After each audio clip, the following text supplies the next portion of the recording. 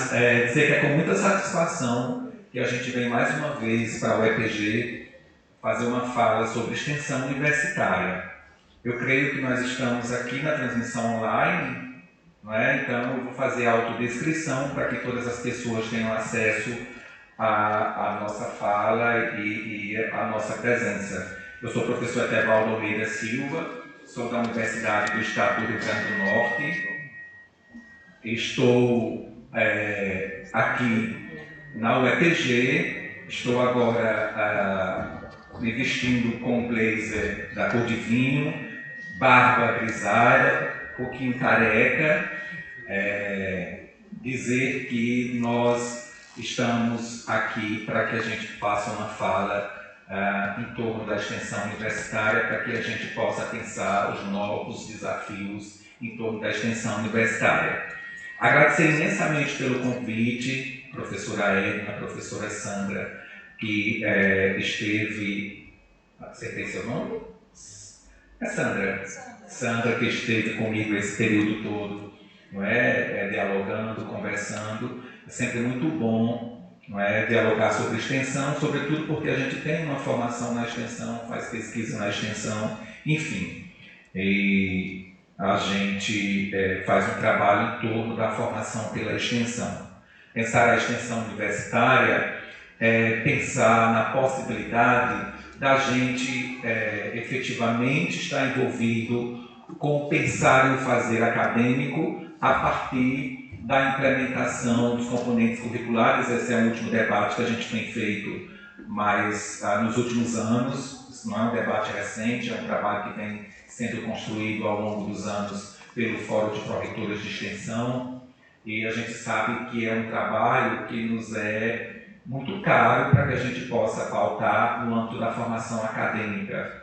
E, efetivamente, a partir de dezembro de 2018, quando a Resolução Nacional é aprovada, no âmbito lá do MEC, a gente gera a esperança e expectativa de que, finalmente, a indissociabilidade ela precisa ser operacionalizada para que a gente possa pautar a formação cidadã de forma integral, a partir das três dimensões que constituem a formação acadêmica respaldada na Constituição de 88, lá quando a gente discute a indissociabilidade entre ensino, pesquisa e extensão. Na verdade, a gente faz uma fala de que nem precisaríamos estar com uma resolução nacional aprovada, discutida, debatida, sofrida nos debates, nos encontros nossos, regionais, nacionais, uma vez que a própria Constituição Federal, desde 88, já nos obriga a trabalhar com a indissociabilidade. Felizmente, a gente precisa estar pautando essa discussão. Isso faz parte também do processo de construção coletiva da nossa própria formação acadêmica também, enquanto professores, enquanto docentes das nossas instituições de ensino superior, que o diga aí a questão da pandemia, não é? E aí eu já trago uma discussão para a gente polemizar um pouco a nossa fala para os colegas, não é? Eu tenho viajado o Brasil inteiro, eu tinha viajado até 2019, o Brasil inteiro discutindo os componentes curriculares de extensão, fui para todas as regiões brasileiras discutir essa temática, uma vez que no meu trabalho de doutorado a gente faz a pesquisa sobre a acreditação da extensão.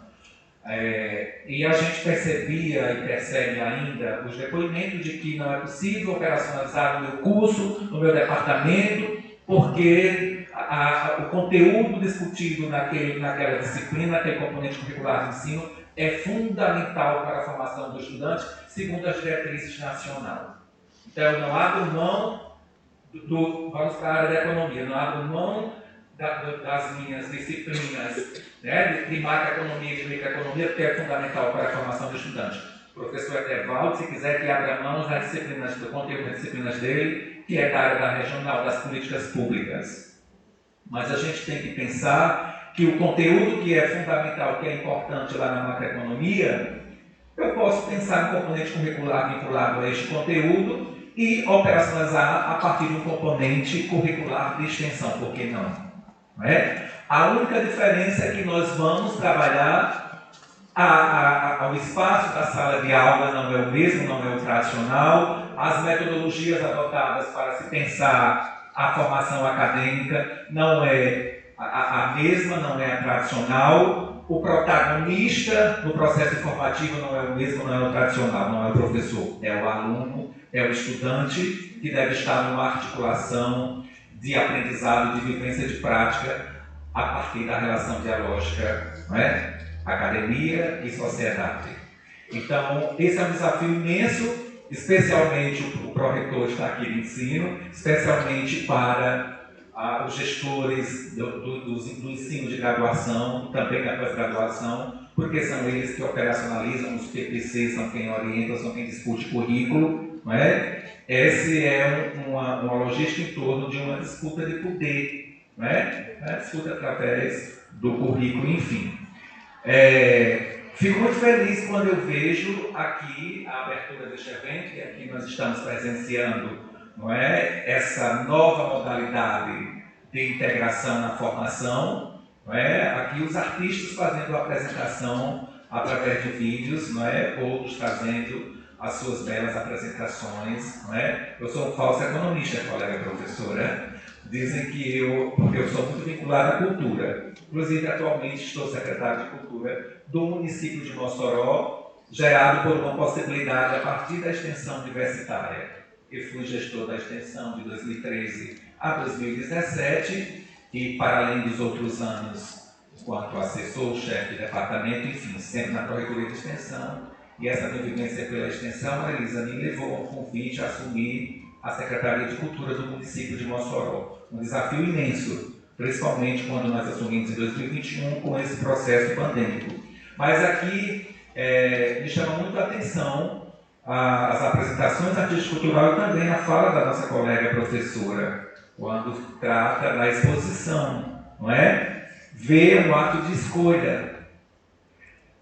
Você só enxerga aquilo que quer enxergar, o que temos além da imagem. Esse é um processo dentro daquilo que a imagem traz. E a professora já nos traz uma reflexão em torno do que é uma ação de extensão universitária. O que é que a gente vê, não é, para além da imagem que presenciamos na sociedade? Como nós pensamos, pautamos as nossas ações para que a gente possa impulsionar a formação acadêmica e também o trabalho articulado quanto à questão das ações nas comunidades, para que um número maior de pessoas acessem a universidade. Como nós trabalhamos a presencialidade, o pensar com o outro, o trabalho com o outro, na dinâmica das ações de extensão universitária, quando mais do que nunca nós precisamos que as nossas universidades sejam vistas e reconhecidas como instituições públicas que nos levam à emancipação de uma sociedade. Chegando, caríssimos colegas, literalmente, com 100% dos nossos estudantes fazendo extensão universitária a partir dos componentes curriculares de extensão. Então, essa é uma discussão inicial que a gente traz para discutir a temática que eu não sei, professora, se vocês ainda vão me convidar para vir aqui, porque é bastante desafiadora, não é? Mas, enfim, dizer que o itinerário formativo da educação tem sua origem fecundada no processo pedagógico do saber, articulada pelos princípios de ensinar para consolidar a igualdade de condição. Para educar um pleno cidadão, a universidade se respalda ainda pelas diretrizes que se consolidam pela extensão, interação dialógica, interdisciplinaridade, interprofissionalidade, são pontapé inicial dessa dimensão. O estudante sai do status de objeto para sujeito ativo da ação. Presenciamos mudança de protagonismo, impacto na formação, insociabilidade entre ensino, pesquisa e extensão, se revertem de metodologias participativas para impulsionar atores sociais com impacto e transformação. Nesse construto, professores e alunos constituem-se como sujeitos do ato de ensinar e aprender. Se inspiram nas áreas temáticas da extensão, comunicação, cultura, direitos humanos e justiça, meio ambiente, saúde, educação, trabalho, tecnologia e produção. Integram saberes do senso comum aos científicos, mediados por educadores afeitos à investigação pela ação, contribuindo para a melhoria das condições de vida da população. Consubstancia-se assim a aprendizagem com a qualidade exigida para qualificar a extensão, com a qualidade exigida para qualificar a extensão, respaldados pelas dimensões que dão corpo à estrutura universitária: plano acadêmico, produção acadêmica, infraestrutura, relação universidade-sociedade, política de gestão, elevando para o pódio do saber o profissional pleno como fruto da ciência, tecnologia, arte e educação. Então, como pensar a extensão universitária neste momento em que nós presenciamos todo esse processo gerado por uma discussão, por uma questão pandêmica, vinculado a uma problemática internacional, problemática nacional e regional. E a extensão entra nesse debate, não é, com a crise internacional e seu reflexo no espaço local. Então, como pensar a educação superior no Brasil se nós apresentamos anteriormente toda uma possibilidade de se pensar a formação pela extensão, e aí a gente traz aqui um poema que a gente escreve para a gente fazer uma síntese do que é a política nacional de extensão, como nós pautamos a formação pela extensão, apresentando todas as dimensões da formação acadêmica, apresentando as diretrizes que nos respaldam enquanto ação de extensão, para que a gente possa pensar uma fundamentação, isso literalmente pensado ao longo de mais de 30 anos, quando se pautou a política pública de extensão universitária, de forma presencial. E como nós pensamos a extensão universitária, a formação pela extensão, nesses 2 anos pandêmicos, que nos levou a fazer uma reflexão de como nós sobrevivemos no âmbito da academia. Por isso eu faço uma discussão também que a gente não deveria levantar a discussão do ensino remoto, e sim da educação superior remota, porque não é somente ensino remoto, é pensar o ensino, a pesquisa e a extensão. E aí nós precisamos nos debruçar sobre essas metodologias de ensino, ou pesquisar, estudar para saber como fazer uma formação pelo ensino remoto, porque nós não tínhamos esse modelo de ensino. Nós temos regulamentado o ensino presencial e o ensino à distância, a EAD. Né? Mas aí a educação superior no Brasil, ela vive mais um período agudo nas sucessivas crises pelas quais tem passado nos últimos anos. Essa emergência educacional foi motivada por indicações impostas às políticas sociais que comprometem o desenvolvimento sustentável do país. E aí todos nós sabemos que a emenda constitucional número 95, aprovada em 2016, ela já nos limita quanto aos gastos do ente federativo quanto à questão do financiamento da extensão. Não é? Essa é uma grande problemática que já traz à tona, não é, uma fragilidade em torno do ensino superior.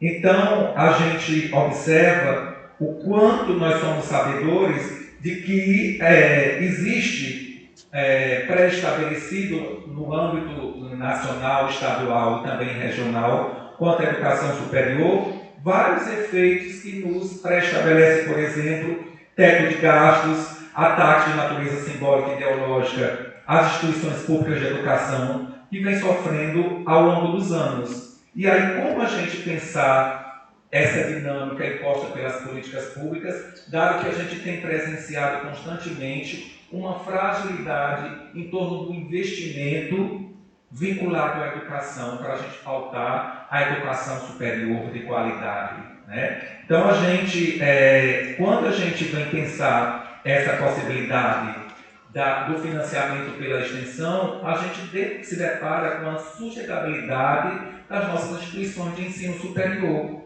não é? Especialmente vinculado, e aqui o meu foco é na extensão universitária, vinculado à questão de como se pensar as ações de extensão. Essa é uma pauta, Maria Luísa sabe muito bem disso, a professora Edna também no Fórum de Pró-Reitores, que a gente tem levantado ao longo de toda a permanência do Fórum de Pró-Reitores.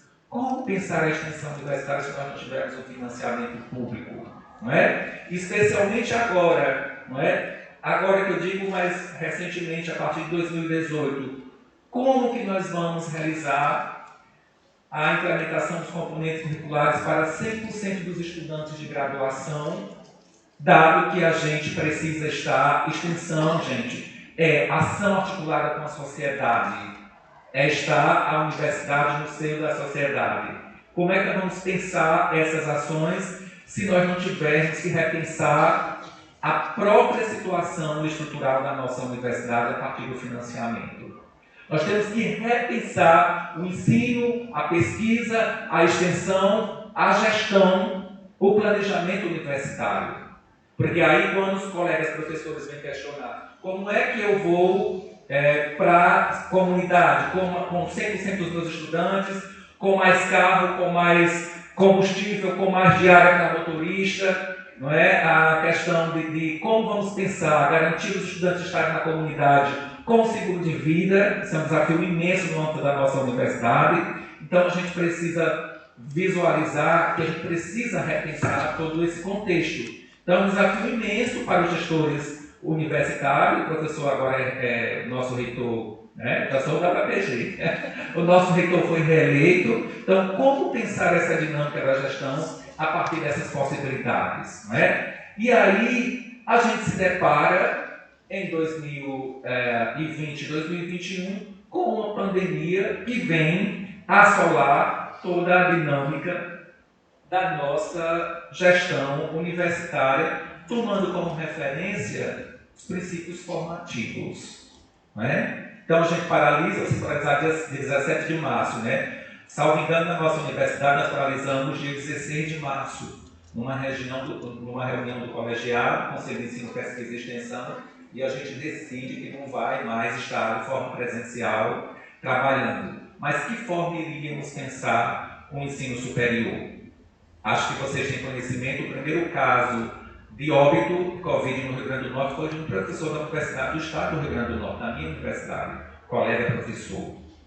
Estiveram uma semana antes, numa reunião da pesquisa e pós-graduação, o professor não sabia que estava contaminado e contaminou vários colegas que estavam presentes na reunião.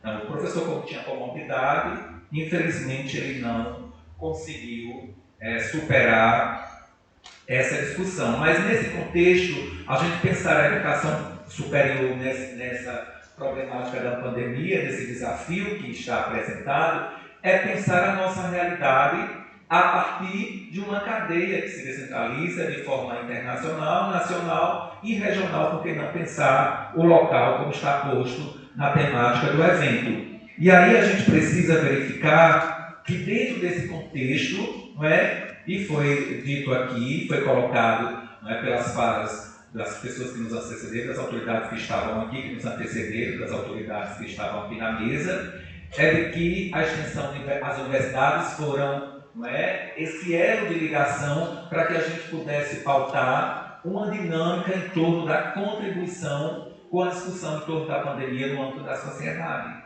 E aí vejam a importância da extensão universitária, vejam a importância de cada um de nós professores que fazemos a instituição num trabalho articulado com a sociedade. Né? E aí a gente chama a discussão, traz a discussão, porque a gente precisa pensar a extensão a partir das diretrizes que nos referenciam.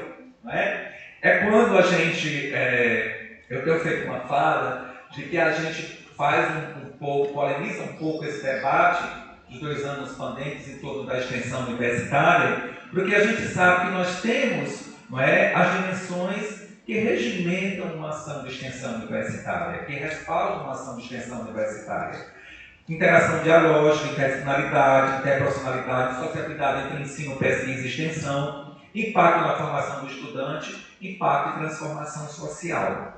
E aí, para a gente pautar essas dimensões no âmbito da extensão universitária, nós precisamos estar de forma presencial a partir da relação dialógica, diagnosticando qual que é a realidade da nossa sociedade, não é? Ou quais são as necessidades a partir do público-alvo que nós queremos atender. Extensão universitária não é somente para pobre.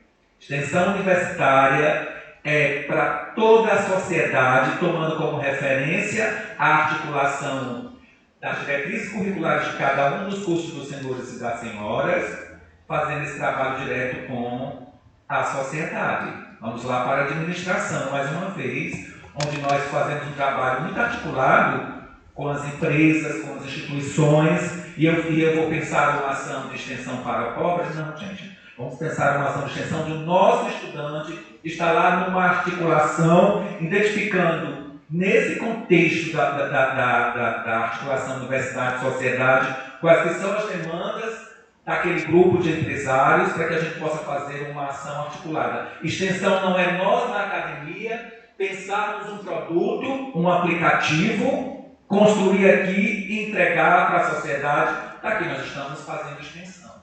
Extensão requer que a gente vá lá, que faça um diagnóstico, que nós, professores universitários, juntamente com os estudantes, a partir desse diagnóstico, dessas demandas sociais, elaboremos os nossos projetos, submetam às instâncias reguladoras, que é a nossa Pró-Reitoria de Extensão, as nossas diretorias de extensão, elabora essa proposta articulada com a demanda social, juntamente com os nossos professores, submeta ao nosso departamento acadêmico, aprove um processo de articulação contínua para ser executado no âmbito da universidade e a gente passe, a partir de então, executar essa ação com a sociedade, promovendo a interação dialógica, a interdisciplinaridade, a interprofissionalidade, a interseção entre ensino, pesquisa e extensão, a articulação quanto à questão de projetar aqueles cidadãos e aquelas cidadãs que estão sendo contemplados com essa ação e também promover o desenvolvimento da nossa região, né,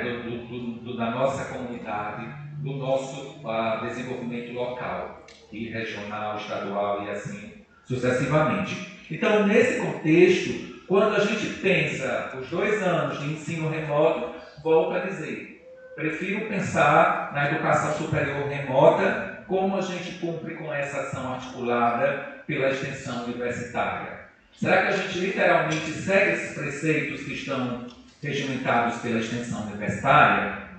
E aí, com a problemática da crise, não é, postas por aí, que vem em cadeia, eu prefiro pensar que nós, nesse período, cumprimos com a responsabilidade social da universidade. Certo? Me desculpem com a minha colocação, mas eu acho que esse foi, a gente cumpriu literalmente com a responsabilidade social da universidade, né? E procuramos, através de muita competência, de muita articulação com os nossos estudantes, principalmente os estudantes da área da saúde, que a gente precisa ressaltar, essa foi uma área que literalmente esteve à frente, juntamente com todos os profissionais, para enfrentar essa problemática que não acabou. Inclusive, pedir desculpa a vocês, eu estou com minha máscara aqui no bolso. Mas cheguei aqui tão empolgado com a felicidade de estar com vocês que esqueci de colocar. Mas na minha universidade a gente tem a obrigatoriedade de usar a máscara, porque a gente tem, né, todas as normativas para serem seguidas, tá bom? Mas enfim, a gente traz essa discussão e dizer que precisamos pensar essa problemática em torno da crise internacional que desencadeia nas nossas ações no âmbito da universidade, de forma a entender o que foi essa ação de extensão trabalhada de forma remota, para que a gente possa pautar as ações de extensão com a qualidade que nos exige as diretrizes nacionais, com a condição que nos é imposta pela diretriz 12.7 do Plano Nacional de Educação.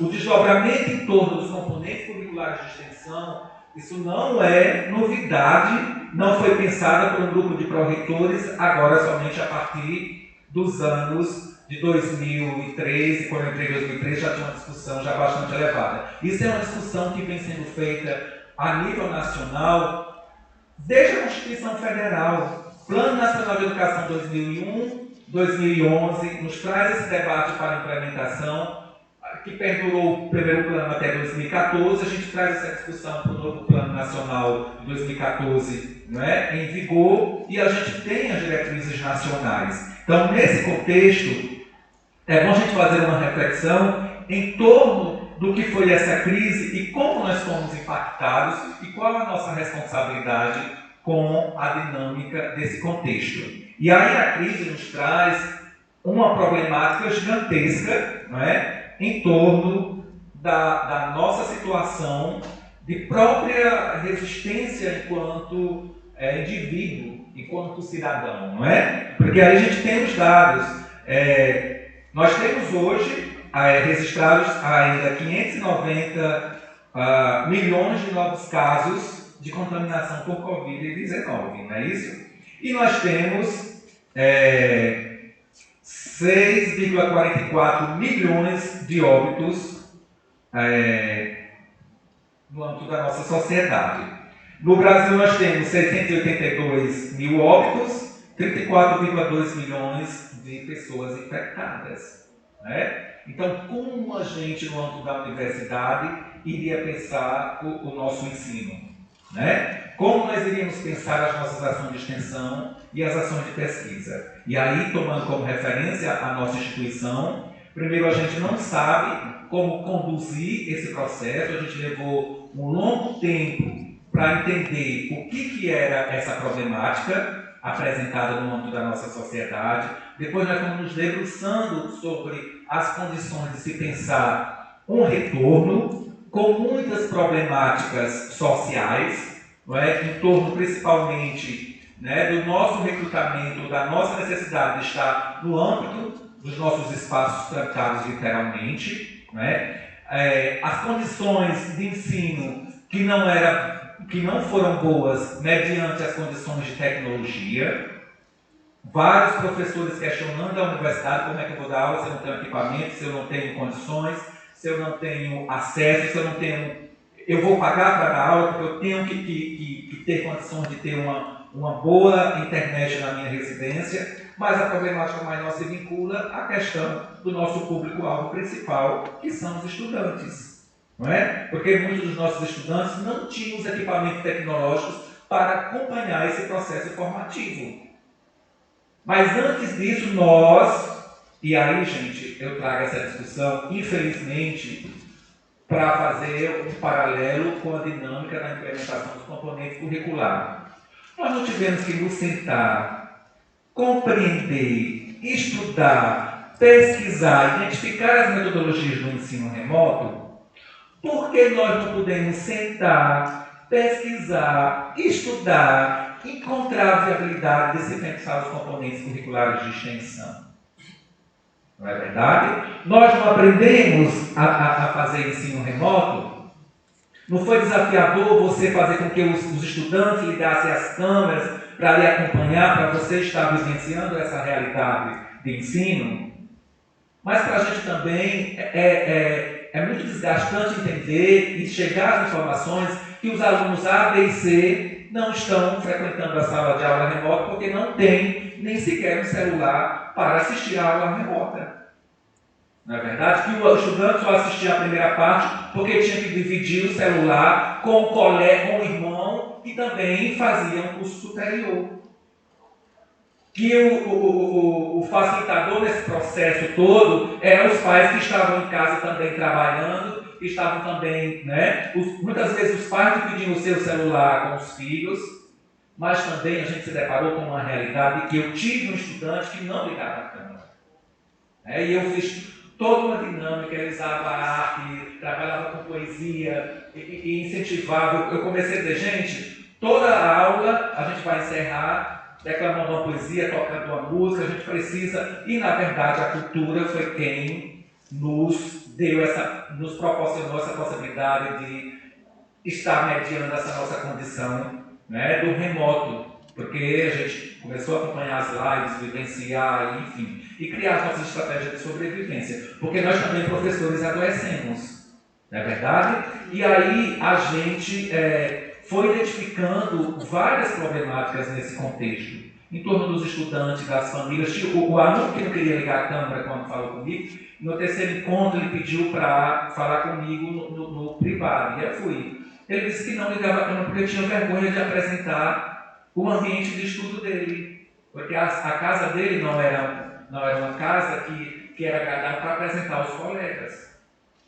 Aí vejam vocês se colocar no lugar do outro, perceber o quanto foi desafiador esse momento para nós e o quanto também abriu a possibilidade da gente pensar em aprimoramento da nossa dinâmica toda da formação. E ali tem também os ganhos em torno das tecnologias, não é? Em torno dessas articulações, essa articulação entre o presencial e o remoto não vai deixar de existir. Amanhã mesmo eu volto para Fortaleza hoje. Amanhã, às 8 horas da manhã, eu estarei fazendo uma fala sobre curricularização em Santa Catarina. Pela manhã, já vou para Mossoró depois da fala, porque eu preciso chegar em Mossoró, são 250 quilômetros. E à noite eu faço novamente uma formação lá sobre curricularização da extensão. Né? Então, não vai deixar de existir essa condição, mas a gente se depara com uma realidade provocada por essa questão da pandemia que nos leva a fazer alguns questionamentos. Que modelo de ensino nós vivenciamos nesses 2 anos pandêmicos? Quais as metodologias adotadas? Quem protagonizou esse processo? Lembremos que a extensão universitária deve ser pautada a partir do protagonismo do estudante. Quais os aprendizados apresentados? E quais são os índices que nos referenciam enquanto instituição de ensino superior? Nós já temos pesquisas e dados e trabalhos acadêmicos de que nós teremos pelo menos 20 anos de atraso no processo formativo. Né? Que os nossos jovens que serão entregues à sociedade não terão um processo de formação integral como se nós estivéssemos no presencial. Porque a gente tem índice gigantesco de evasão escolar. Se tínhamos presencial, imagine remoto. E nós ainda hoje, mesmo retornando, na minha universidade a gente retornou desde o ano passado, do semestre passado, a gente ainda não consegue ter 100% de presença dos nossos estudantes e ainda temos uma problemática quanto à evasão acadêmica. Então, essas problemáticas nos levam a fazer uma reflexão em torno de como se dá esse processo também no âmbito local. Então, se a gente for pensar essa discussão em torno do âmbito local, é preciso que a gente traga à tona, não é, como será esse novo processo de ensino. E pautar esse novo processo de ensino está contextualizado, pessoal, literalmente, com a dinâmica dos componentes curriculares de extensão.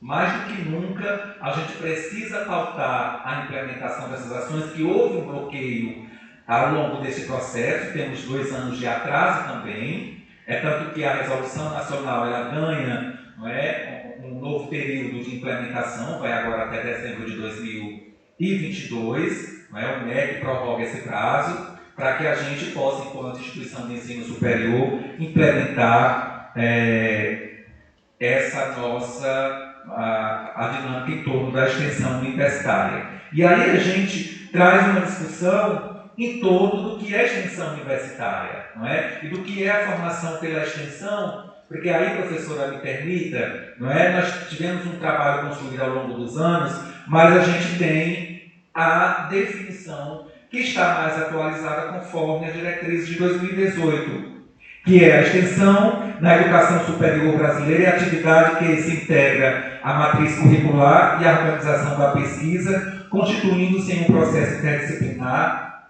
político, educacional, cultural, científico, tecnológico que promove a interação transformadora entre as instituições de ensino superior e os outros setores da sociedade, por meio da produção e da aplicação de conhecimentos em articulação permanente com o ensino e com a pesquisa. Quando a gente traz à tona essa definição, veja que o princípio da definição ela coloca a integração da extensão com a matriz curricular. E a matriz curricular que possibilita essa dinâmica em torno da indissociabilidade entre ensino, pesquisa e extensão. Então, veja que começa com a organização da pesquisa e termina lá com o ensino e com a pesquisa sendo desenvolvida de forma integral. Então, os desafios que nos são postos nesse momento, não é de que nós, enquanto universidade, precisamos nos debruçar sobre a nossa realidade para que a gente possa pautar essa dinâmica da formação também pelos componentes curriculares de extensão. Então, o desafio é imenso, porque agora nós temos uma problemática, gente, mais do que nunca, em torno da participação, da frequência dos nossos estudantes no âmbito da nossa academia. Porque nós temos, primeiro, que fazer um trabalho de resgate, de identificação de quais são os alunos que efetivamente não estão frequentando a nossa universidade. Por que não estão? Quais são as condições? Na minha universidade já tem uma resolução que está tratando um debate já bem aprofundado do ensino híbrido, trabalhando no ensino híbrido.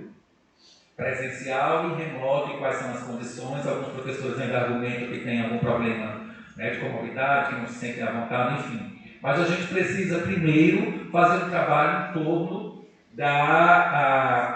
de identificar quais são os nossos estudantes que estão tendo essa problemática em torno da vivência na universidade.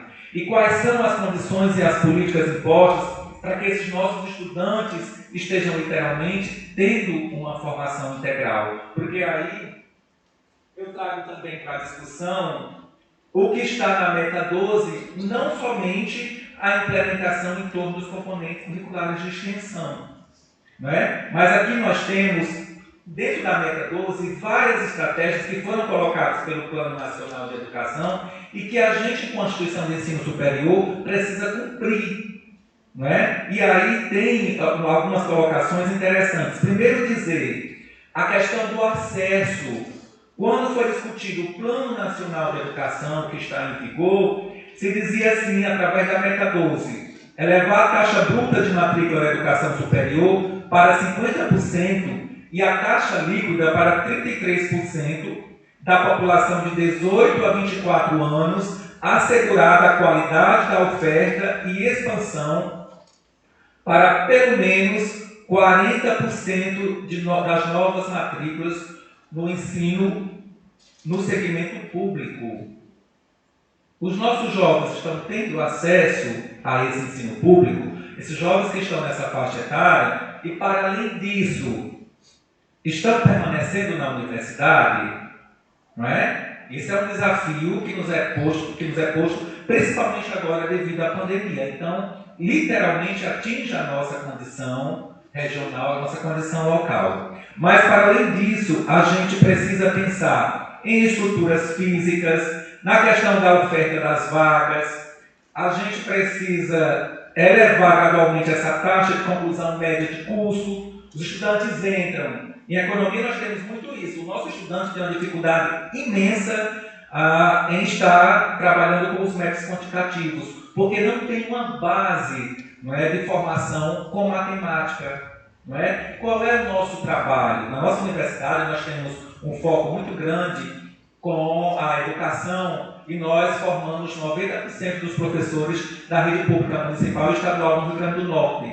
Não é? Nós entregamos à sociedade. Como é que está sendo, não é? Como que os nossos estudantes estão saindo preparados para trabalhar a formação desses alunos na rede básica? Não é? A gente precisa repensar todas essas condições. Qual que é o fomento vinculado à educação superior? As políticas de inclusão e assistência estudantil.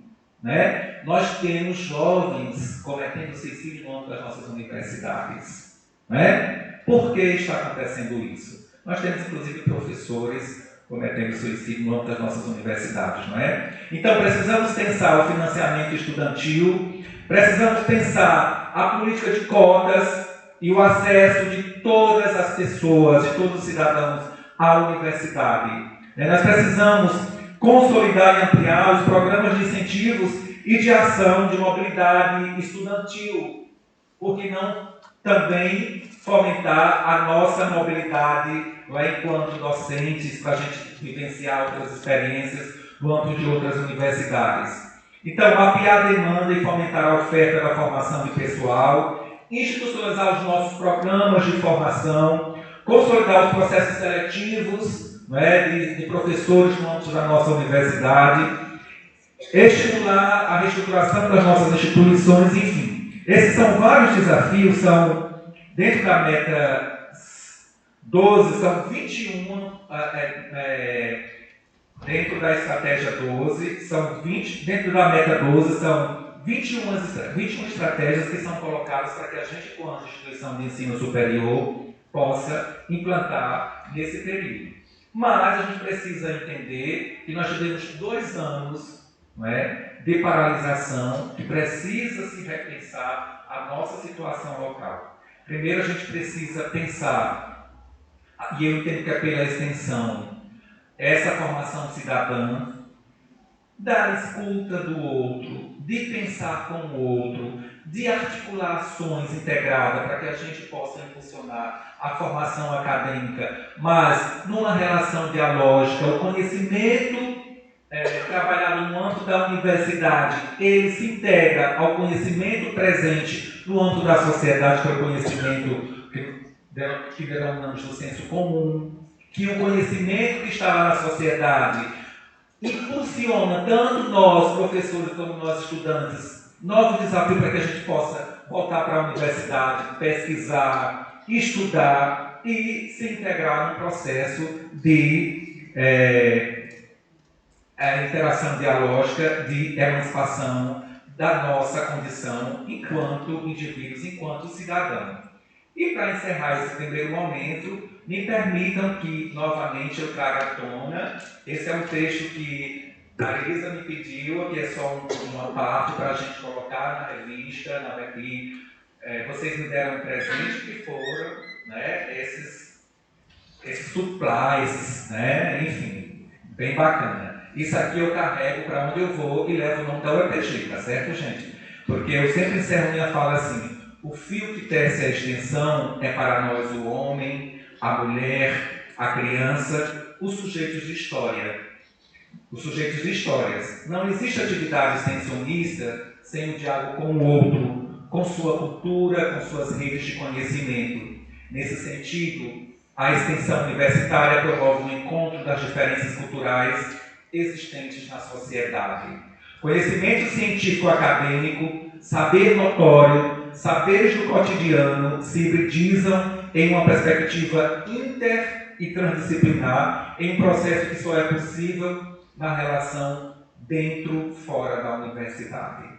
Sem essa condição, a gente não consegue ir muito longe e nós precisamos, mais do que nunca, reinventar todo esse processo formativo, superar todos esses desafios impostos por essa crise toda internacional, gerada principalmente nesses 2 últimos anos por uma condição pandêmica, para que a gente possa se consolidar enquanto instituição pública de ensino superior, que ainda tem um ensino de qualidade e que literalmente contribui com o desenvolvimento regional de todos os estados onde nós estamos localizados geograficamente. Agradecer esse primeiro momento e me colocar à disposição para o debate, para as discussões, enfim. Assim, vem por aqui, dizem-me alguns com os olhos doces, estendendo-me os braços e seguros de que seria bom que eu os ouvisse quando me dizem vem por aqui. Eu olho com os olhos laços, aos meus olhos ironias e cansaços e cruzo os braços e nunca vou por aí. A minha glória é essa, criar desumanidade, não acompanhar ninguém, que eu vivo com o mesmo sem vontade com que rasguei o ventre a minha mãe. Não vou por aí, só vou por onde me levam os meus próprios passos. Prefiro escorregar nos becos lamacentos, redemoinhar aos ventos como farrapos, arrastar os pés sangrentos aí por aí. Se vim ao mundo, foi para explorar florestas virgens e desenhar os meus próprios pés nas areias inexploradas. O mais que faço não vale nada. Quem sereis vós que me dareis impulso, ferramentas e coragem para derrubar os meus próprios obstáculos? Corre nas vossas veias sangue velho dos avós, e vós amais o que é fácil. Eu amo longe a miragem, amo os abismos, as torrentes. Ide, tende jardins, tende canteiros, tende tetos, e tende tratados, e tende a seguir as orientações de quem nos impõe. Eu tenho as minhas loucuras, levanto-a com os braços a arder na noite escura, e sinto espuma, e sangue, e cântico nos lábios. Deus e o diabo é quem me guia, e mais ninguém. Todos tiveram pai, todos tiveram mãe, mas eu, que nunca principio nem acabo, nasci do amor que há entre Deus e o diabo. E que ninguém venha com piedosas intenções, e que ninguém me traga definições, e que ninguém me diga, vem por aqui. A minha vida é um vendaval que se soltou, é uma onda que se levantou, é um átomo a mais que se animou. Não sei para onde vou, não sei por onde vou, sei que não vou por aí. Cântico Negro de José Régio.